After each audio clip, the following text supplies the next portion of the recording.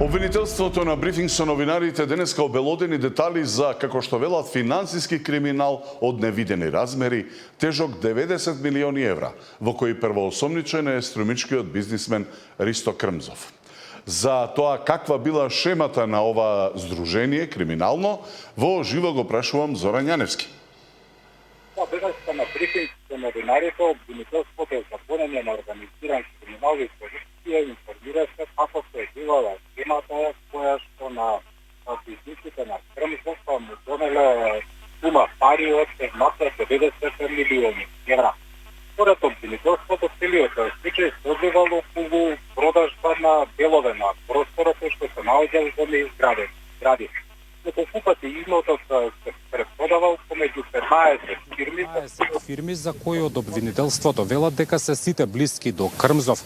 По фиктивната продажба се изработувале фактури со кои се барал поврат на ДДВ од државата.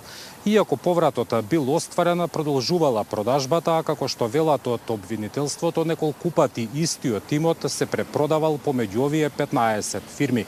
Бил оштетен буџетот за сума од 90 милиони евра. Епски криминал, како што велат од јавното обвинителство за гонење организиран криминал и корупција. Дел од овие пари пак завршиле директно во џебовите на управителите на овие 15 фирми, односно сума од околу 30 милиони евра која била остварена од фиктивна продажба на имот и поврат на ДДВ кој што го остварила државата. Во целиот случај, освен управителите на 15 фирми и бизнисменот Крмзов, биле вклучени и инспектори од управата за јавни приходи. Како се одвивала целата шема, гледаме во прилогот. Финансиски криминал од невидени размери. Вака јавното обвинителство го оцени случајот во кој првоосомничен е струмичкиот бизнисмен Ристо Крмзов. Заедно со уште 22 лица, сите од Струмица, направиле дупка во државниот буџет од 90 милиони евра. Парите ги испумпале преку лажно пријавување на ДДВ, а даночната измама траела повеќе од 4 години. Во лажирањето фактури биле вклучени 15 фирми за кои од обвинителството велат дека сите се народнини или блиски луѓе на Крмзов.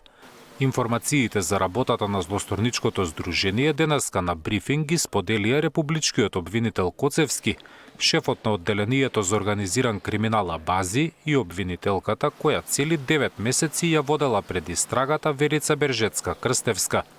Целата измама се вртела околу неколку деловни простории од објект во градба, кои за да изнудат поголем ДДВ, ги продавале и за неверојатни 20.000 евра за метар квадратен.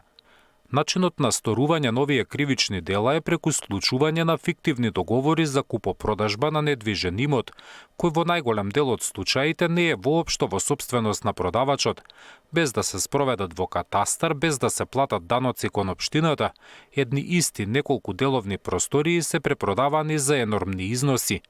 Според обвинителството, со лажните фактури преку поврат на ДДВ исплатен од државата, 15 фирми заработиле 30 милиони евра кои завршиле во џебот на нивните управители. Измамата ја помагале и 8 инспектори на УЈП во Струмица. Тие ги прифаќале таквите лажни документи со што им овозможувале побрзо да е исплатен повратот на ДДВ, со што побрзо истиот би се пуштил во оптек и е сега разгледуван како предмет на кривичното дело перење пари и други приноси од казниво дело.